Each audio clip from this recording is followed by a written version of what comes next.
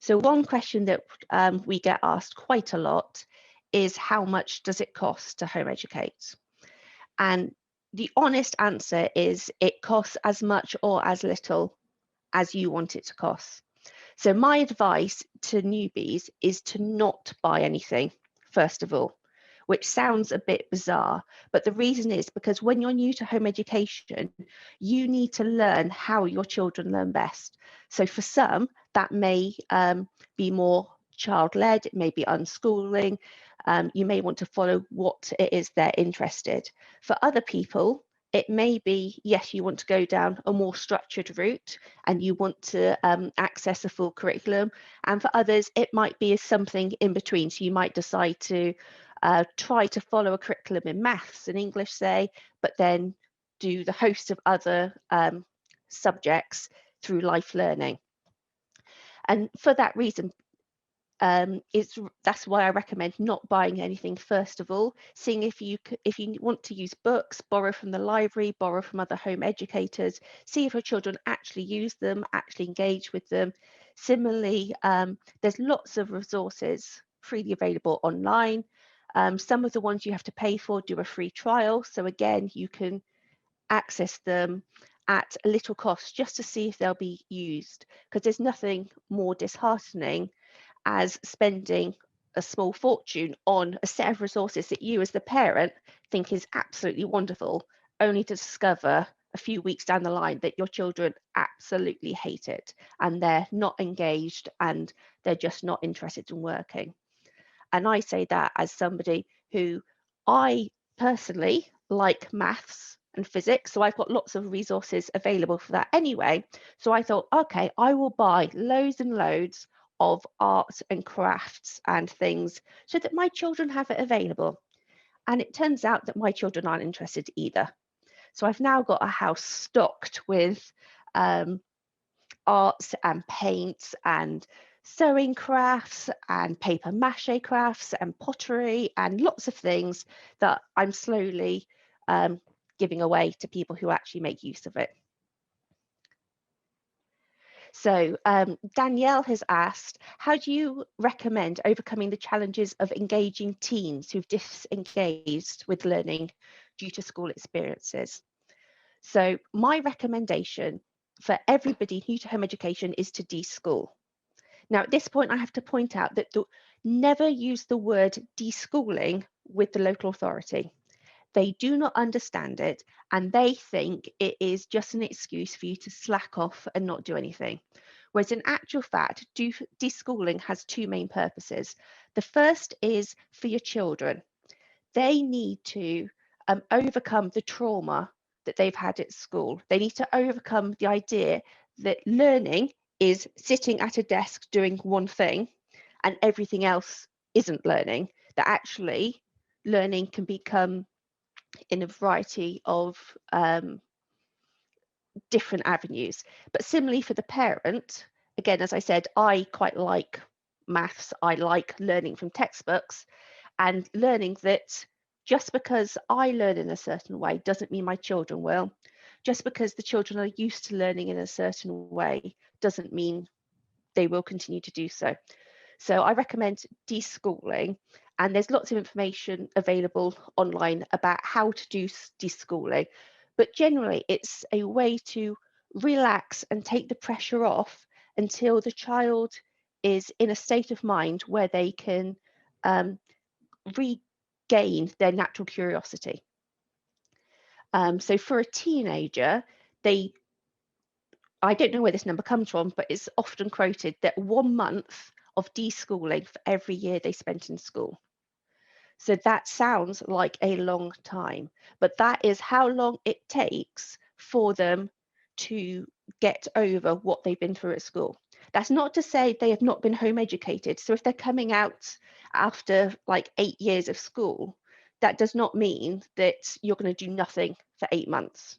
They are still learning, they are still being educated full time, but you let them take the lead, let them and follow them and what they're interested in. And at first, it may seem like they're being resistant, But actually, if you take the wider picture of learning in its totality, then actually you will see that they are learning, and you just have to help them engage in what they're interested in. So it's, to begin with, deschooling tends to point towards unschooling, but that doesn't mean you have to stay with unschooling.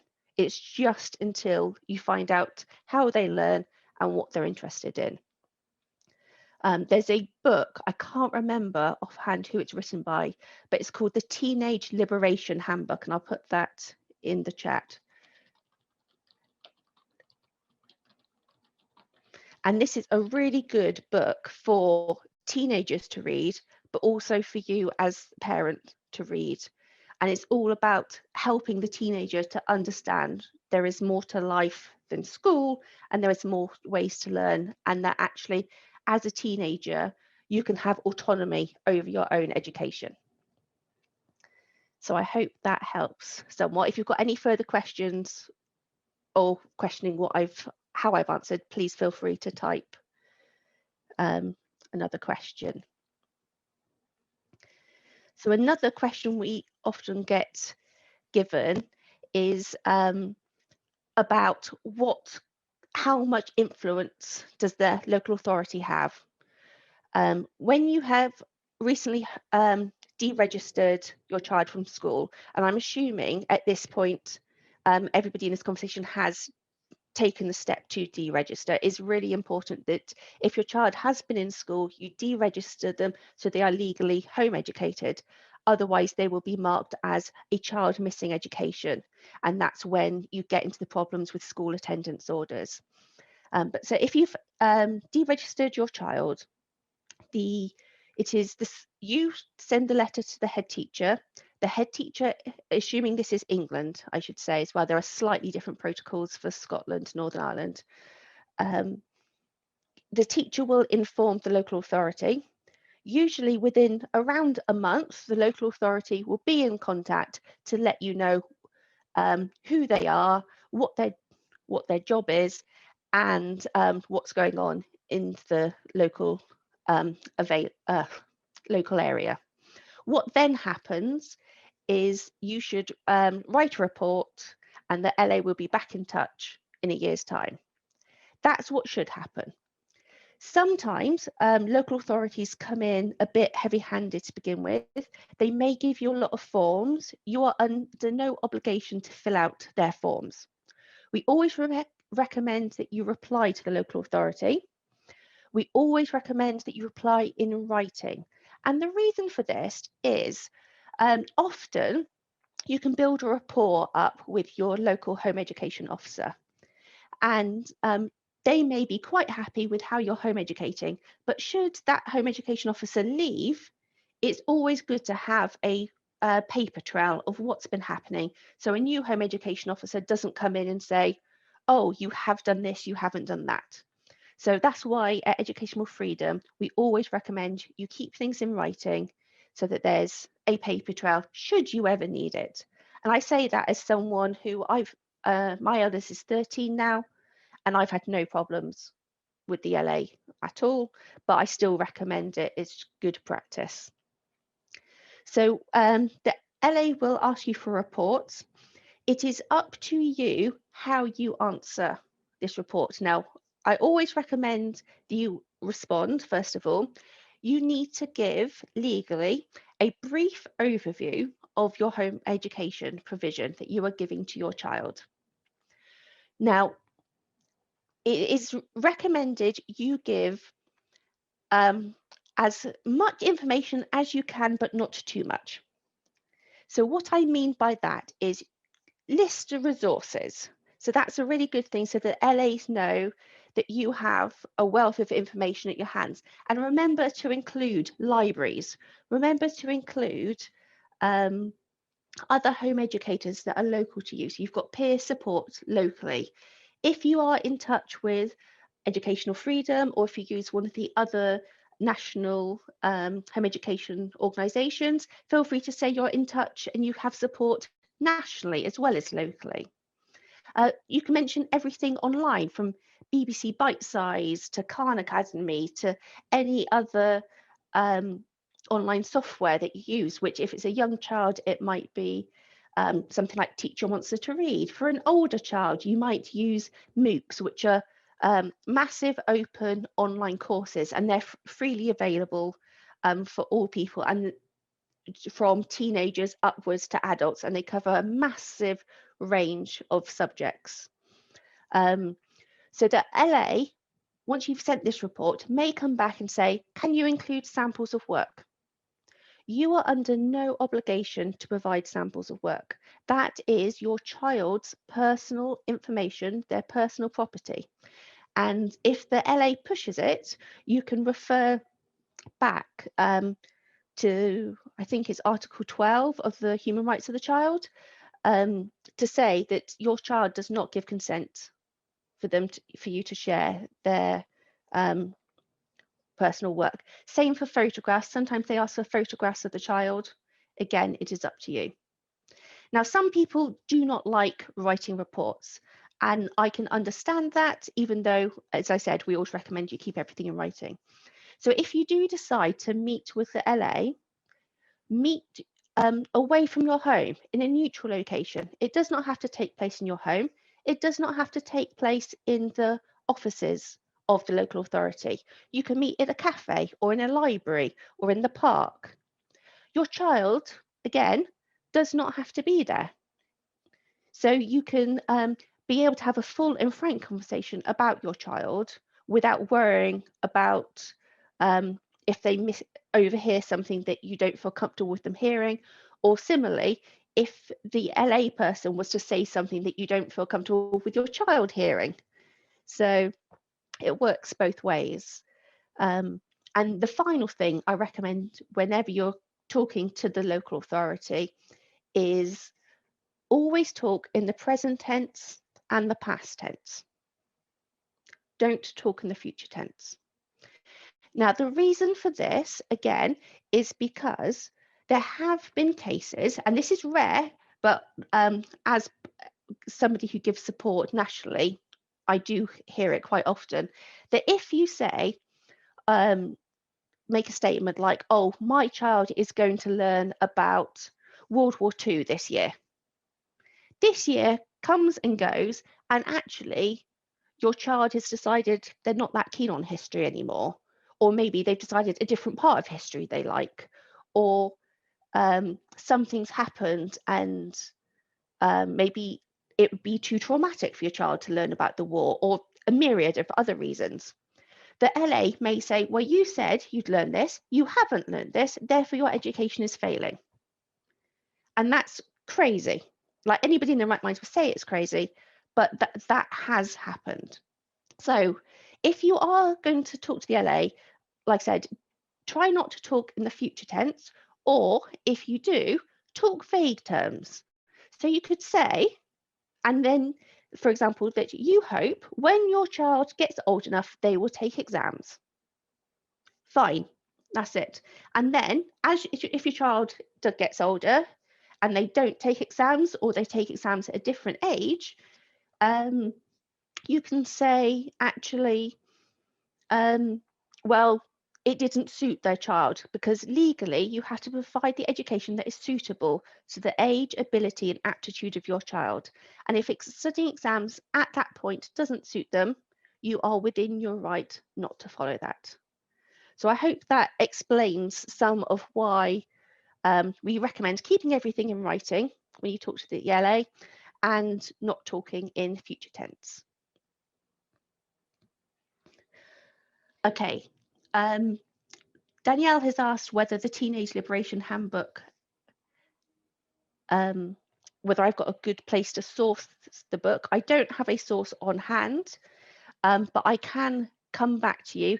If you, through the Hoover app, send me a private message, I will get back to you later on to see where the best place to get that book is, but I do recommend it. So other common questions we have is about exams. Now, I've mentioned them, so yes, children who are home educated can do exams. It can be a bit more tricky, especially in the past year or two where we've had coronavirus and exams have been cancelled for home educated children. But assuming a normal year, yes, home educated children can do exams. Now you have to find a place where the exams can be sat. So you have to contact an exam centre, a local school or local college, and ask them if your child can sit as a private candidate. And again, I'd recommend if you can get in contact with local home educators to you, they will be people with experience who will have already gone through this process and be able to say, yes, this college has been quite good. This college is good, but it's expensive. This college is a bit further away, but it's cheaper, and that kind of thing. So your local home educators, if you're not in touch with them already, I highly recommend it because they are a great source of local knowledge. So once you've decided where the exams could be sat, you have to ask them if they have a preference about what syllabus you choose. So some schools have a specific syllabus that they sit, whereas generic exam centres tend to be more amenable to wider range.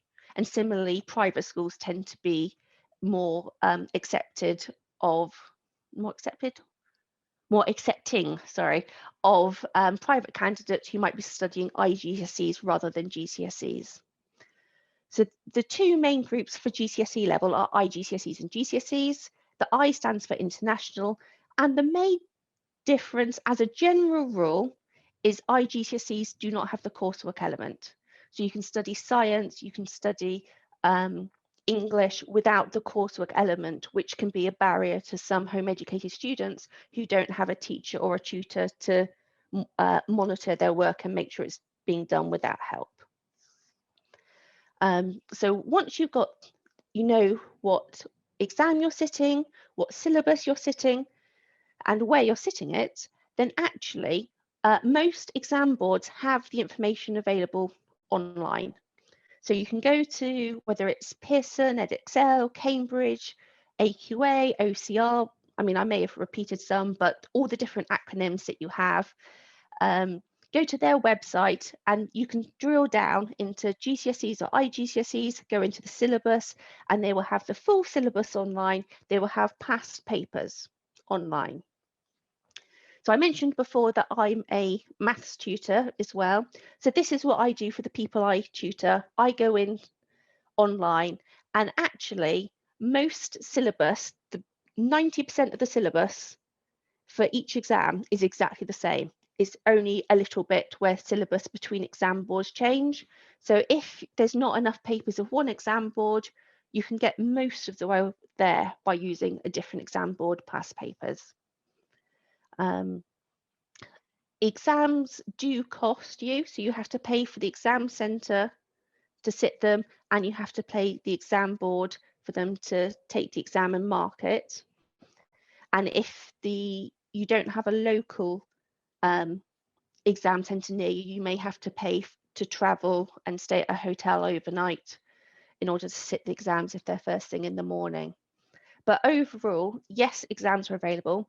But what's good for home educated students, you do not have to sit your exams at 16. So if you have a child who is passionate about a subject, why not let them sit one GCSE at age 11? Why not sit them 12, 13, do a couple each year going forwards? Or if you have a child who doesn't want to sit 10 at age 16, that's fine too. Let them sit what they want and they can do more later.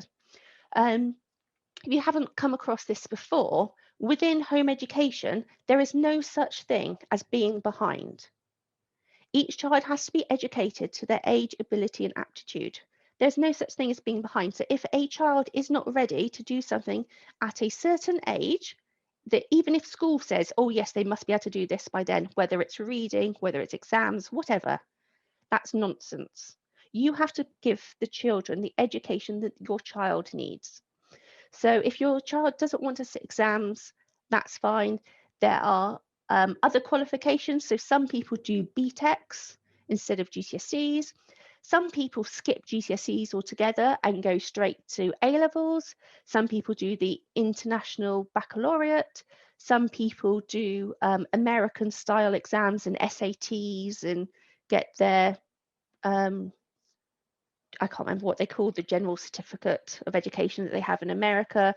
Some people skip all kind of lower level exams altogether and start doing Open University modules. And they say, actually, my child is interested in this subject that is a much higher level than what you would get taught in school. Suppose it's like marine life or something, like it's quite specialized. And so they do Open University modules, or as I mentioned before, the massive open online courses, the MOOCs, where you can learn something in higher depth, and then you can get a certificate for it at the end. So yes, exams are open to home educated students, but they are not compulsory. And you are not set to doing exams according to the school's timetable. Okay, if there's any more questions, please feel free to write any questions in the chat. Otherwise, I'm going to keep blabbering on by myself. Okay, so another question we have quite often is about child benefits.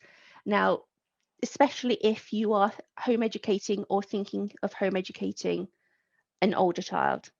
So all children, all parents get child benefit for younger children.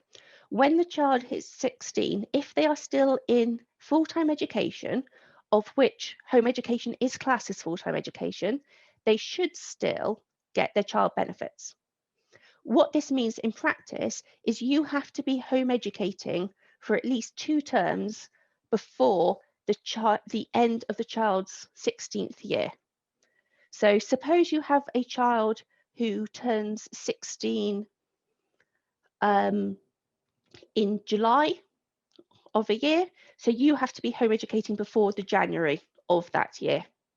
If you have a child who's like one of the older ones in a school year, you have to be home educating slightly before they turn 16 as well of the previous year, school year, if that makes sense. But once they do that, yes, you then can still claim child benefit up to the age of 18 or above, wherever it naturally falls. So that shouldn't be a problem. It's only ever a problem, like I said, for children who have turned 16 before they get deregistered, and then it's harder to claim the child benefit for that. So another question is, can parents work if you home educate? Yes, yes you can. Some parents work full-time. Both parents work full-time and home educate the child. Some parents do that and do not hire a babysitter or have grandparents around. And it sounds like, oh, we could never do that. But actually, the law says home education has to be full-time, but it does not have to adhere to school times, days, or terms. So what that means is potentially you could home educate a full-time home education, a few hours on the evenings and on the weekends. And that would still be classed as a full-time education. Now, legally, there is no definition of full-time, but that is roughly how it comes about. So you can, for older children, they can be, if you're comfortable, left at home to study themselves whilst you go out to work, or if you can work from home, you can be in a different room. Like I said, I work from home. My husband works full-time away from the home. I work from home part-time, so 2 days a week I'm sat in my little office working away, and my 10-year-old is in the next room, and I set her a little bit of work to do, and she does a few pages of maths, a tiny bit of reading because she hates it, and then she studies whatever it is she's interested in on that day. So that could be anything from watching a documentary or a film. It could be playing Minecraft. It could be writing a play or a story or doing some art or making up songs or making up a dance. It doesn't have to be limited to school subjects. It doesn't have to be limited in any way, and you can work at the same time. I imagine with much younger children, it is harder because obviously they need more hands-on input just in daily life, let alone when you're trying to home educate them as well. But it is possible. You just kind of have to think outside the box a bit. Okay, so if there's any more questions, please put them in the chat. I will do my best to answer them.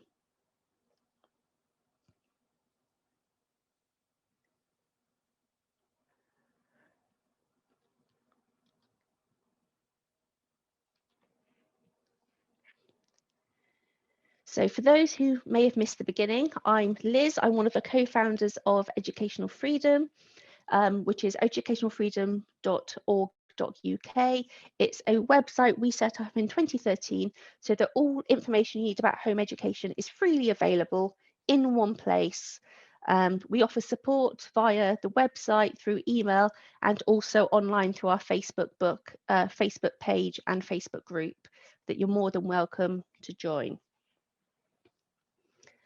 So one question we can get asked is, how many hours a week should my child be studying?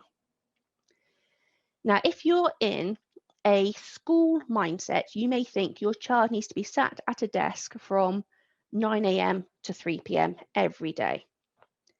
Now, even within a school context, that is unrealistic. Children just don't learn.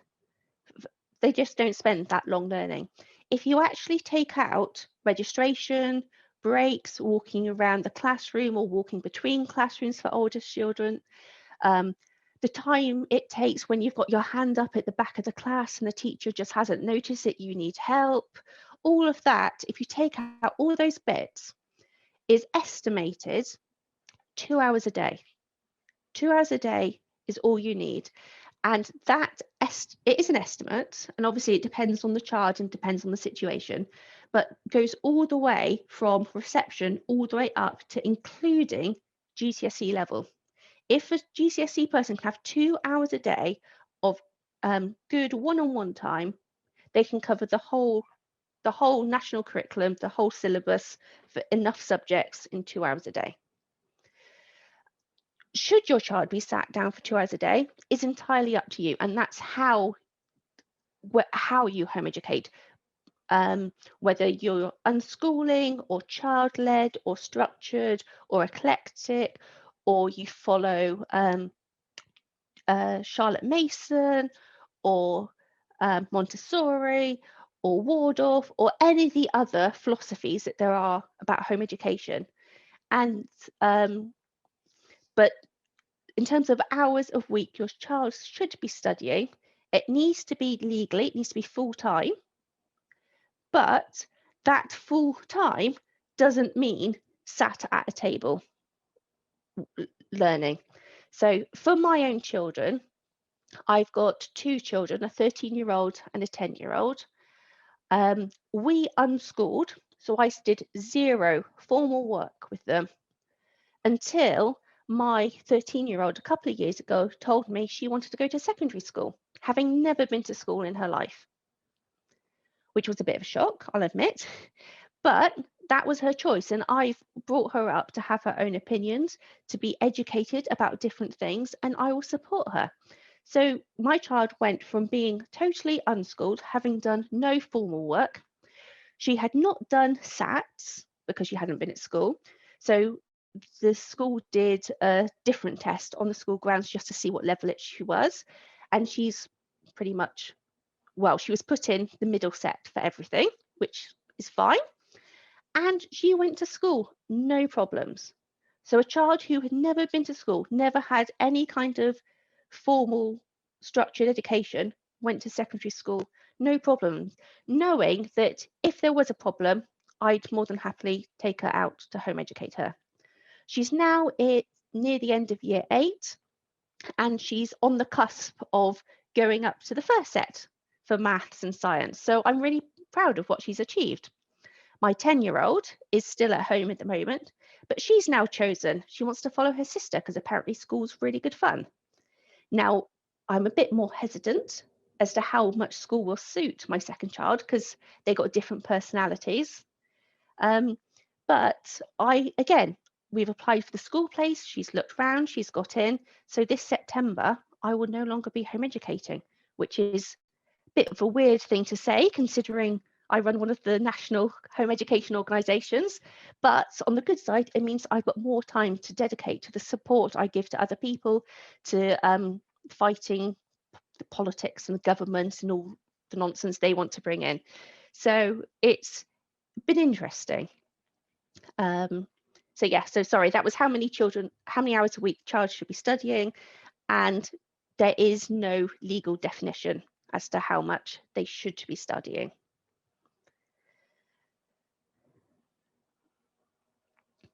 So again, feel free to put any questions you may have into the chat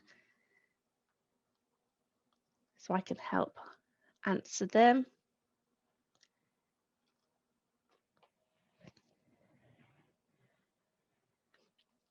So as I've answered how many hours a week, maybe I should answer what my child should be studying. And the answer to what is whatever you want. So they legally, and I think this is, so legally, you have to educate your child according to their age, ability and aptitude. So that's what it says in Section 7 of the 1996 Education Act.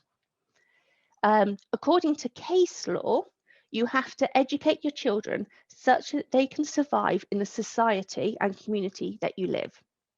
So what that means in real terms is that if you are a parent who has come from abroad, now lives in the UK, you can teach your child in your first language. You do not have to be teaching your child in English. But if you are expecting them to live and take part as an adult in English, they should be getting some English education on the side. If you are part of the traveller community, again, you have to teach your child such that they can survive as part of that community. Other than that, what you teach is entirely up to you. So for me personally, I had decided before my kids decided to go to school that I would follow unschooling. I would let my children learn what they want and I would encourage them to develop their own passions. The only things I would make them learn is maths and English GCSE. And the reason for this is not because I think they have any inherent worth. And I say that as a maths tutor. It's because I can imagine a situation where a child has perhaps a PhD in mathematics and they're a brilliant genius and they go to apply for a job, and because they cannot tick that little square, that checkbox on the computer that says, yes, I have GCSE, they get told, oh, they're not suitable for this job. And that's the fault of the computer programmers who make the job applications. But because of that minuscule risk, that's why I would make my children do English and maths and probably IGCSE rather than the GCSE. But as for that, anything else, I was quite prepared. So my girls do a lot of dancing, and for a long time, my eldest thought she was going to become a dancer and a dance teacher. So we facilitated them learning lots of dance. We made available a room downstairs. We've got a conservatory that we kind of left bare so that they could practice their tap dancing out there. And they spent most of their time doing that. They spend a lot of time doing computer games. Now my second daughter, my 10-year-old, is going to school. I have started making her do formal work. And from an unschooler, my definition of formal work is totally different to one of my good friends who is a structured home educator. So for me, my daughter now does 2 pages of maths a day and reads a chapter of her book for English. that's what I consider to be a lot of formal work, because then the rest of the time she can follow her own passions. Whereas for somebody whose children get on well with more structured, more formal learning, actually you may decide to do a lot more sit down. Some people do maths, English, and a different subject in the morning, whether it's science or history or geography or whatever. And then they have the afternoons for exploring outside or doing hands-on creative work. So it's entirely up to you what you learn. Some people decide that actually, rather than doing subjects, their children do projects. So they do project-based home education. So they might take a project such as, suppose you're doing Romans. So you might go and look around local cities or local ruins, or see what there is outside. You may get hold of, there's a Roman cookbook that you can get, which I actually have, and everything is very, very honey based. So if you don't like honey, I don't recommend it. But you could get a cookbook, so you could get your children into cooking, and through cooking, you could teach them the maths, the science. You could go into look at geography and look at where the Romans came from and what part of the world they took over, they conquered. So from learning just about what you think of, oh, Romans is history, actually you've got in your geography, your maths, your science, your English. You could do a bit about Latin. So there's a whole wealth of things that you can learn just by different projects. And then after you finish that project, you might ask your child, okay, what else are you interested in? And they may say space. And again, it depends on the age and the ability of your child. So it could be anything from drawing pictures of stars, or to looking at constellations, to looking at galaxies and nebula, and looking at all things in space, to realizing, well, what will it take for a human to live in space? Well, there's no oxygen, so we have to imagine, okay, we have to find somewhere that people can live and people can have oxygen in space. Perhaps you could look at YouTube of some of the guys on the International Space Station, because there's quite a few fun videos of people like wringing out water. You can see that because there's no gravity, the water actually stays on the flannel, which is just really bizarre to see. Or if it's a younger child, you might do nursery rhymes like Twinkle Twinkle Little Star, or get them to write their own story or use their imagination, or think about what language would aliens speak. So just from this idea of, oh, your child wants to learn about space, you can actually branch out and learn lots and lots. So again, if anybody's got any questions, please feel free to write them in the chat. We've only got a few more minutes left before the end of this session. But as I said, I'm quite happy to answer more questions through the Hoover app if you have any and you've been unable to make this session.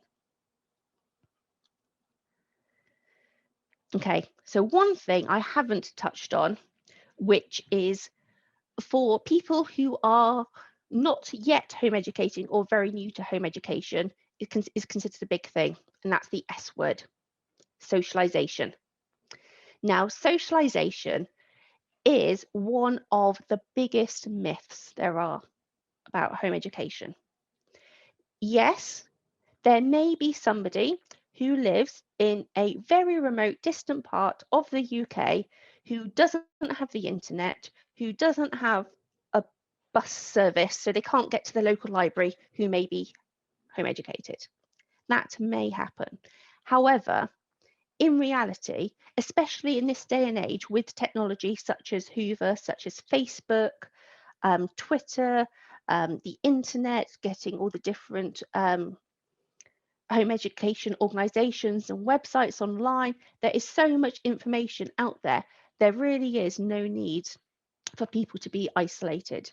Similarly, home education, especially over the past couple of years because of the coronavirus, where people have been forced to homeschool as opposed to home educate, that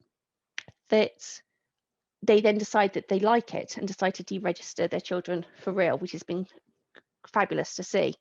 But there's so much going on that actually, if you get in touch with your local home educators, they will let you know what is going. So for me, I live in Swindon in Wiltshire, and I'm pre-COVID, because obviously not everything's come back to as it was before. We had multiple home education groups every day of the week. Some of them were aimed at teens, some of them were aimed at like primary years, some of them were outdoor meets, some of them were tennis, some was bowling. It was a whole mix. And it was just because parents said, my child wants to do this. Does anybody want to join us? Yes. Okay, I'll see if we can get a discount. So that's how it is. And so there really is no need for your child to miss out on anything. And again, socialization is just as important for the parents. So I'd recommend you meet up with home educators local to you so that you've got local support as well. Because everybody has the occasional wobble. So it's important to know that you're not going through it on your own. Okay, I've just been asked, do I need to let the LA know that I home educate my 2-year-old who's never been to school? So about the 2-year-old, no, you just simply don't apply for a school place. That's it. My children never went to school. I just never applied for a school place, because you are applying to access the services provided by the school. The default position actually is home education. So you don't need to apply to home educate if you're in England or Wales. You just simply don't apply for a school place. So your 5-year-old is currently in school and will not be returning in September. How soon do I need to deregister them? That is entirely up to you. And I would say it depends on the relationship you have with the school. So when you deregister, you can put the date that you want your child to be removed from the school roll. And the deregistration is legal from that date that you have set. So usually we have people asking us, I want to deregister my child. If I deregister today, do they have to go back to school tomorrow? And the answer to that would be no. Once you've deregistered, your child does not have to go back ever. However, if you want to deregister in advance, or you know you're going to wait the school year out, it is entirely up to you. So some people who have had a good relationship with schools like to give a few weeks' notice so that the children can say goodbye to their friends, goodbye to their teacher, and things like that. Other people who say they give advance notice of deregistration, they find actually the school isn't that keen, and the school is trying to persuade them to change their minds. So it very much depends on the relationship you have with your school. So you can deregister on the very last day of term if you want to, and just not send them back in September. That is okay. Or you could give advance notice if you want to. That is entirely up to you.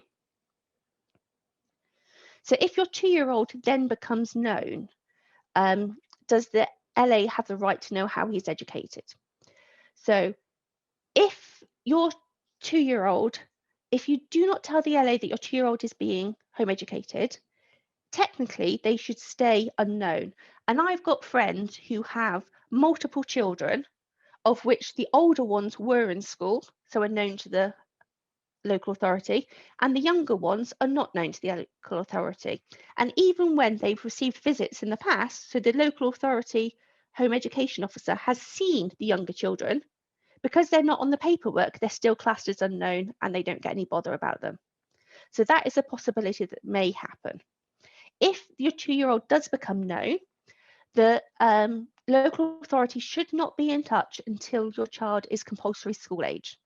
Compulsory school age is the term after their 5th birthday. So if the birthday is between January and Easter, that would be from the April. If their 5th birthday is from the April to the September, it would be the September. And if their birthday is from September to the end of December, then the term after their 5th birthday would be the following January. So once they are known, and once your child is compulsory school age, then yes, the LA will be in touch. and yes, they will receive annual reports about his education. So you will need to keep everything in writing. Write a report. It can be as brief or as detailed as you like, but try not to put in too much information because they will expect it again next time. So go through the resources that you have access to, both in person, in your house, libraries, online, TV programs. Go through things that you have studied in the past or things that they are currently interested in. But as I've mentioned before, don't necessarily talk in future tense if you can help it. So I hope that helps answer that question. Are there any more final questions before we draw this to a close?